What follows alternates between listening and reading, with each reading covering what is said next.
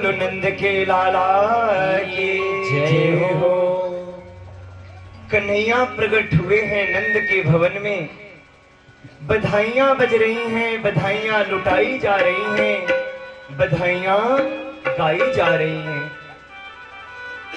अच्छा, कोई चीज अगर इंतजार करने पे मिले तो उसका व्यक्ति महत्व समझता है। नंद बाबा को 80 वर्ष पे पुत्र प्राप्ति हुई ना, तो महत्व समझे। और ब्रजवासी भी बड़े भोले हैं। उन ब्रजवासियों का भी एक ही संकल्प था कि मैं एकादशी का व्रत कर रहा हूं और इस व्रत का जो पुण्य है वो नंद बाबा को लग जाए, इनके घर में पुत्र का जन्म हो जाए। और जिनके इतने सुंदर भाव होंगे, जिनकी भावनाएं इतनी सुंदर होंगी, फिर उनके पास भगवान क्यों नहीं आएंगे। मन को सुंदर बनाओ। आजकल बाहर से कुछ दिखते हैं और अंदर से कुछ रहते हैं, फिर कहां से कृपा होगी। एक जगह हम लोग गए थे निमंत्रण में, अपनी पूरी टीम के साथ हम गए थे निमंत्रण में। तो वहां काफी संत महात्माओं का भोजन चल रहा था। तो भोजन के बाद यजमान दक्षिणा दे रहा था, दक्षिणा दे दे प्रणाम कर रहा था सबको। तो एक महात्मा बैठे थे, जैसे दक्षिणा उनके पास गई, वो महात्मा बोले हाँ मैं नहीं छूता हूं। अब वो सबको दिया, सबको प्रणाम किया। वो सोचा कि यही असली महात्मा है, ऐसा छूता नहीं है। तो सबको तो हाथ जोड़ के प्रणाम किया, उसके चरणों में अपना सर ही रख दिया। आप ही जो है दिव्य महात्मा हो। प्रणाम करके जाने लगा। महात्मा बोले बेटा इधर आ। बोले क्या? बोले मेरी दक्षिणा कहाँ है? बोले आप तो छूते नहीं हो। बोले छूता नहीं हूं, एक काम कर इसी में बांध दे। अब बंधा गई। तो हमारे साथ के लोग हमसे पूछे देखो ये तो छूते नहीं है। मैंने कहा ये छूते नहीं है, ये तो बांधते हैं। प्रिय भक्तों, वो बोले आप मेरा विरोध कर रहे हो। बोले कोई विरोध नहीं, जब नाक पकड़ना ही है तो सीधा पकड़ लो ना, इधर से क्यों पकड़ रहे हो, सीधा पकड़ लो। बोलो बाके बिहारी लाल की जय हो। तो कहने का भाव है प्यारे, जो बाहर हो वही अंदर हो। अंदर कुछ होगा, बाहर कुछ होगा, काम नहीं चलेगा।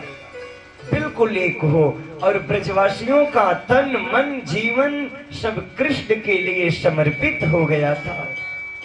और जिसका तन मन धन जीवन यौवन सब समर्पित हो जाएगा कृष्ण के लिए, तो कृष्ण जरूर आएंगे। बेटा भयो वसुदेव के धाम में, बधाई बाजी नंद के द्वारे। प्रिय भक्तों, पुत्र हुआ श्री वसुदेव जी के वहां, और कन्हैया का उत्सव कहां मनाया गया? नंद जी के वहां। ये पुत्र सुख का जो परम लाभ है, ये प्राप्त हुआ श्री नंद बाबा को। जन्मोत्सव मनाया जा रहा था, उसी समय नंद बाबा को ध्यान पड़ा कि मुझे मथुरा जाना है कंस को कर देने। तो नंद बाबा कंस को कर देने के लिए मथुरा गए। अब मथुरा में पहुंचे तो वसुदेव जी नंद के परम मित्र थे। और नंद बाबा सोचे कि वसुदेव के जीवन में बड़ा दुख है। कितना दुख है ये हम सबको पता है। नहीं तुरंत शादी हुई, नहीं और तुरंत उन्हें कारागार में डाल दिया गया। अभी देवकी के हाथों के मेहंदी और पांव के महावर भी नहीं उतरे, लेकिन उन्हें कारागार में डाल दिया गया। अब ध्यान देना प्यारे, जब ये समय कृष्ण के माता पिता का ये हाल कर सकता है, तो ये समय हम लोगों का कैसा हश्र करेगा। समय किसी का नहीं होता। समय राजा को रंक बना देता है, रंक को राजा बना देता है। त्रिलोकी में अपनी धनुर्विद्या से विख्यात था जो पांडु पुत्र वो वीर धनंजय अर्जुन। जब वो गांडीव की टंकार करता था ना तो शत्रुओं के दिल दहल जाते थे, परंतु जब कृष्ण धराधाम छोड़ के चले गए ना तो कृष्ण की पत्नियों को लेके अर्जुन आ रहे थे। बन के कोल भील अर्जुन को लूट लिए और अर्जुन की गांडीव धरी रह गई। अर्जुन कुछ नहीं कर पाए। उस समय कवियों ने अपने लिपिबद्ध में ये लिख दिया, समय होत बलवान है, पुरुष होत नहीं बलवान। भीलन लूटी गोपिका, वही अर्जुन वही बाण। वही अर्जुन है, वही बाण है, लेकिन समय आज हरा दिया। तो समय कब किसको किस स्थिति पे ले जाए ये कौन जानता है। आज देवकी वसुदेव का समय बड़ा खराब चल रहा है, उन्हें दुख है। और नंद बाबा वसुदेव के परम मित्र हैं। तो अगर आपके जानने वाले के शुभचिंतक के जीवन में कहीं दुख पड़ा है, कोई संकट आया है, अगर उसे कुछ कष्ट है तो एक काम करो, कुछ भी अगर नहीं कर पाते हो ना तो अपना समय उसे जरूर दे दो। कुछ आप उसका दुख नहीं दूर कर पाओगे, परंतु उसे भी ऐसा लगेगा कि ये मेरे दुख में आए थे। सुख में तो बहुत से लोग आ जाते हैं, कहते हैं सुख में पराये भी अपने हो जाते हैं, लेकिन असली परीक्षा तो दुख में होती है कि दुख में कौन कौन अपना है, कौन मेरे साथ खड़ा है इस मुसीबत की घड़ी में। प्रिय भक्तों, ये तो संसार का नियम है, सुख और दुख तो आएगा ही। ये दोनों भगवान के हैं, सुख भी तुम्हारे हैं भगवन, दुख भी तुम्हारे हैं भगवन। किसको छोड़ो किसको पकड़ो जब दोनों ही तुम्हारे हैं भगवन। नंद बाबा वसुदेव के पास पहुंचे, अपने हाथों से वसुदेव के आंखों के आंसू को पोंछे और ये शिक्षा देते हैं जगत को कि एक मित्र का धर्म क्या है। सच्चा मित्र वही है, निज दुख गिरि सम रज सम जाना, मित्र को दुख रज मेरु समाना। जो अपने छोटे से दुख को अपने पर्वत की तरह दुख को छोटा समझे और मित्र के छोटे से दुख को पर्वत की तरह समझ करके अपने मित्र की सहायता करे, वही सच्चा मित्र है। जेन मित्र दुख होय दुखारी, तिनहि बिलोकत पातक भारी। जो मित्र के दुख को देखकर दुखी नहीं होते ना, उन्हें नरक मिलता है, वो पापी व्यक्ति होते हैं। मेरा निवेदन है, अगर मित्रता करते हो ना तो मित्रता निभाने की भी काबिलियत रखो। मित्रता कैसे निभाई जाती है ये मेरे राम के चरित्र से सीख लो, मेरे कृष्ण के चरित्र से सीख लो। मित्र कौन है? जो अपने मित्र की मदद करे वही सच्चा मित्र है। आजकल तो लोगों को मित्रता करने नहीं आती। आती है क्या मित्रता करना? आजकल मित्रता नहीं है। एक त्योहार चला है, वो कौन सा त्योहार है? वो फ्रेंडशिप डे। एक फूल दे दिए, हो गई मित्रता। क्या फूल देने से मित्रता हो गई? और पता चला 2-4 महीने बाद मित्र के संगत में रहकर गलत आदतों का संचार हो गया। जो हमारे अंदर दुर्गुण को भर दे, जो हमारे अंदर बुराइयों को भर दे वो मित्र नहीं हो सकता।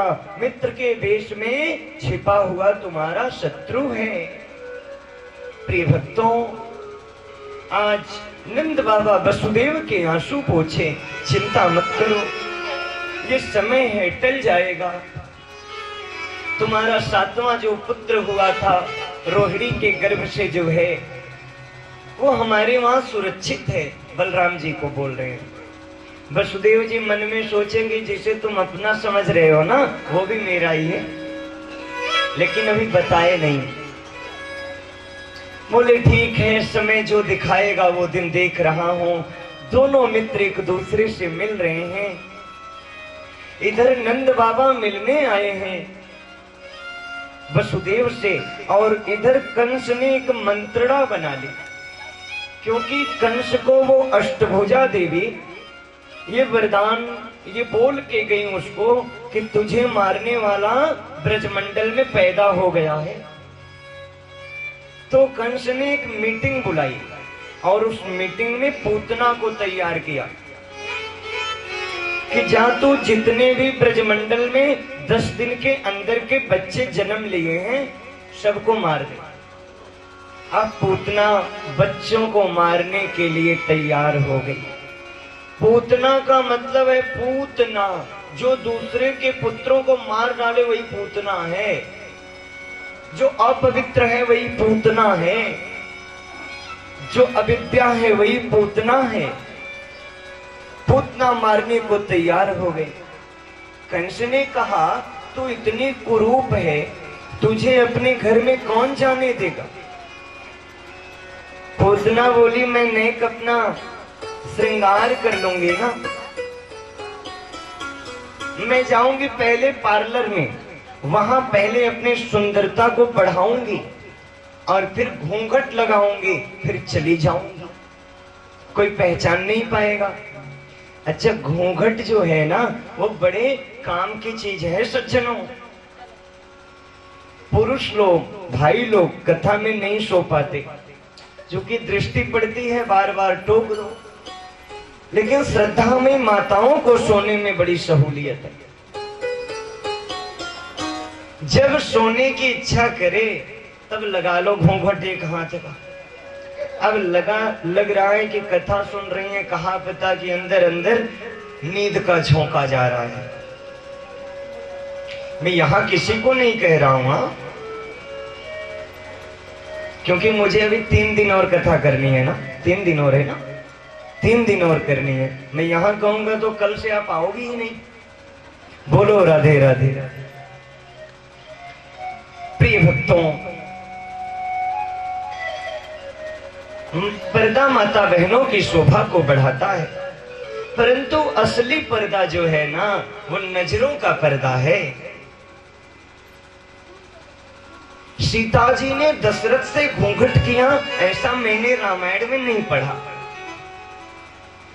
घूंघट लगाए, मर्यादा रखे, ठीक है, लेकिन आजकल ना कितनी बहुएं हैं घूंघट लगा लेंगी एक हाथ का और अंदर से ससुर जी को गाली सुनाएंगी। आजा बजमारे, तेरे मूड पे हड़िया फोड़ूंगी। अब महाराज या घूंघट से कछु फायदा है। प्रिय भक्तों, पूतना बोली मैं घूंघट लगा के जाऊंगी, और पूतना बन ठन करके श्रृंगार कर करके कटक कुंकड़ करती हुई, हाव भाव को प्रकट करती हुई, इतराती हुई, इठलाती हुई, हाथ में एक कमल का पुष्प लेकर के नंद भवन में प्रविष्ट हो गई। पालने में बाल मुकुंद सरकार सो रहे थे।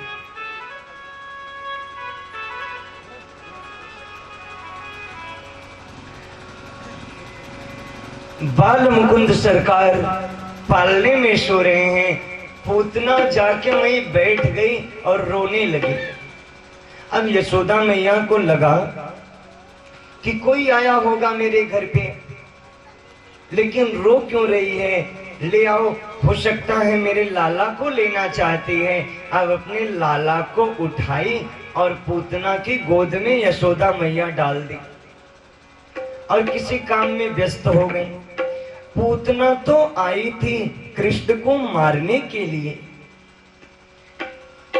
वो तुरंत अपना स्तन निकाल दी। स्तन में हलाहल विष लगा था। स्तन निकाल के पूतना कृष्ण के मुखाम भोज में प्रदान कर दी और कन्हैया पूतना का स्तन पान करने लगे। पूतना सोची कि अभी ये मर जाएगा, लेकिन यहाँ तो गजब हो गया। कन्हैया पूतना के जन्म जन्म के दुष्प्रभाव को पी गए, दुष्प्रवृत्ति को पी गए, दुष्स्वभाव को पी गए, और जब प्राणों को पीने लगे तब पूतना जोर से चिल्लाई, शामुंच मुंच मुंचाल मिति प्रभाषणी, मुझे छोड़ दे, मुझे दर्द हो रहा है। कन्हैया बोले, मौसी जी, पूतना के तो होश उड़ गए कि 6 दिन का बच्चा कहीं बोल सकता है क्या? लेकिन पूतना को क्या पता कि जिसकी कृपा से मूक होई पाचाल, जो गूंगे को भी बोलने सिखा सकता है, ये वो है। कन्हैया बोले, मौसी जी, आप मुझे गलत आदेश दे रही हो। पूतना बोली, वो क्या? कन्हैया बोले, मौसी तो कह रही है मुझे छोड़ दो, मुझे छोड़ दो। मैं सच कह रहा हूँ मौसी, मैं तो बस पकड़ने जानता हूँ, छोड़ने तो मैं किसी को जानता ही नहीं हूँ, किसी को जानता नहीं। मैं जिसे एक बार पकड़ लेता हूँ फिर कभी नहीं छोड़ता। कन्हैया ने पूतना के प्राणों का पान किया। पूतना ब्रजमंडल में धड़ाम से गिरी है। पूतना का शरीर है 6 कोस लंबा चौड़ा। 6 कोस बोले तो कै किलोमीटर? 18 किलोमीटर। इतनी लंबी थी वो। अच्छा, कन्हैया उसे गिराए मथुरा में, कंस के बगीचे में, क्योंकि कंस के जो पहलवान थे वो फल खा खा कर मोटे तगड़े हो रहे थे। तो कन्हैया ने सोचा, अगर कंस को मारना है तो पहले आहार से कमजोर कर दो। सारे वृक्ष टूट गए। कन्हैया पूतना के दोनों स्तनों के बीच में अपने छोटे छोटे हाथों को उसके गले में लटका करके आनंद से लटक रहे हैं। उसी समय ब्रजवासी पहुंचे। नंद बाबा भी आ गए। सब लोग देखे पूतना के शरीर पे सेढ़ी लगा करके, कन्हैया को उतार करके, फिर पूतना के शरीर के टुकड़े टुकड़े करके जब उसको जलाया गया तो ब्रज में एक सुगंध निकल गई। सुखदेव जी से परिचित ने कहा, गुरुजी, पूतना तो छोटे छोटे बच्चों को मार करके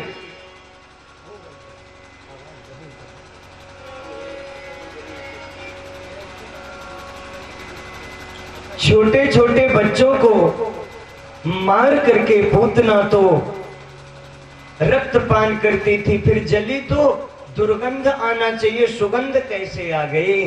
सुखदेव ने कहा, अजामिल ने जब अपने बेटे का नाम नारायण लिया, सच्चे पार्षद आ गए भगवान के, तो पूतना ने तो भगवान को अपने गले से लगाकर मृत्यु को प्राप्त हुई है, फिर चिंता किस बात की? और एक बात बताऊं प्यारे, जब कन्हैया ने पूतना को उद्धार कर दिया तो प्रभु सोचने लगे कि मैं पूतना को कौन सी गति दूं, क्योंकि कृष्णावतार में मुझे 2 लोगों ने दूध पिलाया, एक माँ यशोदा और दूसरी ये पूतना। भले जहर पिलाने आई, लेकिन एक बूंद दूध तो गया ना इसका मेरे अंदर, तो कैसे दोनों माताओं में भेद करूं? जो गति यशोदा मैया को बाद में मिलने वाली थी ना, वो गति करुणा में गोविंद जहर पिलाने वाली पूतना को दे दिए प्यारे, पूतना को दे दिए। अब जरा विचार करना, जो करुणा में गोविंद जहर पिलाने वाली पूतना को मां की गति दे सकते हैं, वो अपने आश्रित भक्तों को और क्या नहीं दे देंगे? देंगे कि नहीं? बिल्कुल देंगे प्यारे। लेकिन प्रभु में प्रेम सच्चा हो जाए। अहोवकीयं स्तनकालकूटं जिघांसया पाय यदाप्यसाध्वी लेभे गतिं धातृचित्तां ततोऽन्यं कं वा दयालुं शरणं व्रजेम। प्रभु बड़े दयालु हैं, जो उनकी शरण में आता है ना, वो कृपा कर देते हैं, वो सब कुछ दे देते हैं। अच्छा, पूतना पूर्व जन्म के क्या थे? ये जहर लगाकर क्यों कन्हैया को मारने आई? कन्हैया ने ऐसा क्या कर दिया जो प्रभु को जहर पीने को मिल गया? तो चलो सुनते हैं। पूतना जो है ये दैत्यराज बलि की कन्या है, नाम है रत्नमाला। जब मेरे प्रभु वामन बन करके गए तो रत्नमाला ने जैसे वामन प्रभु को देखी तो देखते रह गई। वाह वाह वाह, इतनी सुंदर, कोई इतना भी सुंदर होता है? अगर ये मेरा बच्चा होता और मैं इसे स्तनपान कराती तो मुझे कितना सुख मिलता। थोड़ी देर में लीला बदल गई और छोटे से भगवान बहुत बड़े हो गए। बलि का सब कुछ नाप के बांध के पटक दिए। रत्नमाला बोली, अच्छा देखने में तो इतना सुंदर है तो छोटा, लेकिन अंदर से बहुत खोटा है। अगर ये मेरा बच्चा हो, दूध पिलाने को मिले तो स्तन में जहर लगा के पिला दूं, मर जाए। कन्हैया ने, वामन ने कहा, अब तो संबंध बन गया, चाहे तो दूध पिला देना, चाहे तो जहर पिला दे। इसीलिए गोविंद को जहर पीने को मिला। जहर पीते समय प्रभु नेत्रबंद के शिव भगवान को याद कर लिए। आओ बाबा, हम तो रबड़ी रसगुल्ला खाने वाले हैं, माखन मिस्त्री वाले हैं, जहर पीने की आपकी तो आदत है ना, आ जाओ पी लो। भोले बाबा आ गए। प्रिय भक्तों, मेरे प्रभु बड़े दयालु हैं।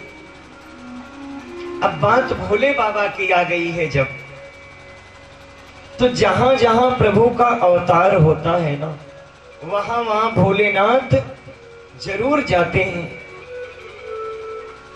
भोलेनाथ को देव नहीं कहा जाता है, क्या कहा जाता है? महादेव। क्यों?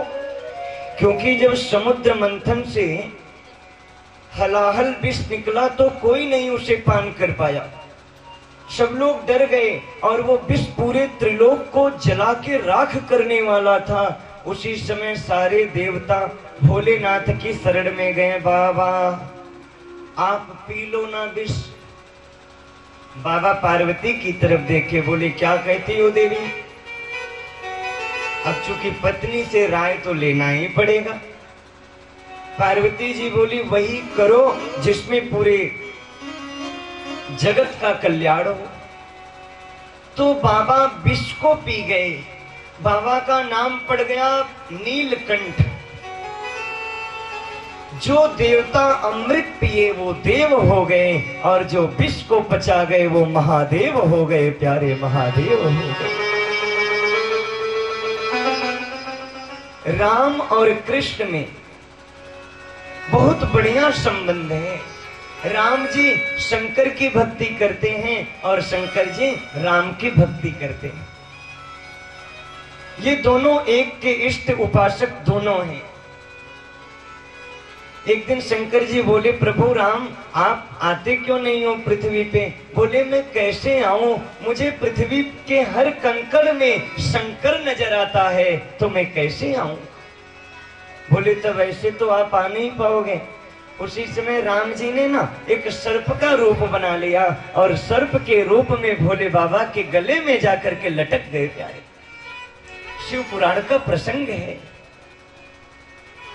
तो हम भोलेनाथ की महिमा गा रहे हैं ना, आइए बड़े भाव से हम लोग भोले बाबा के शरण में चलते हैं। वो डमरू बजाने वाले काशी विश्वनाथ की शरण में चलते हैं, विश्वंभर विश्वनाथ के शरण में बड़े भाव से जय हो। जटाधारी बनके त्रिप मुरारी बनके चले आना, भोले जी चले आना। जटाधारी बनके त्रिप मुरारी बनके चले आना, भोले जी चले आना। तुम शिव के रूप में आना, तुम शिव के रूप में आना। और साथ लेके डमरू हाथ लेके चले आना, भोले जी चले आना। जटाधारी बनके मुरारी बनके चले आना,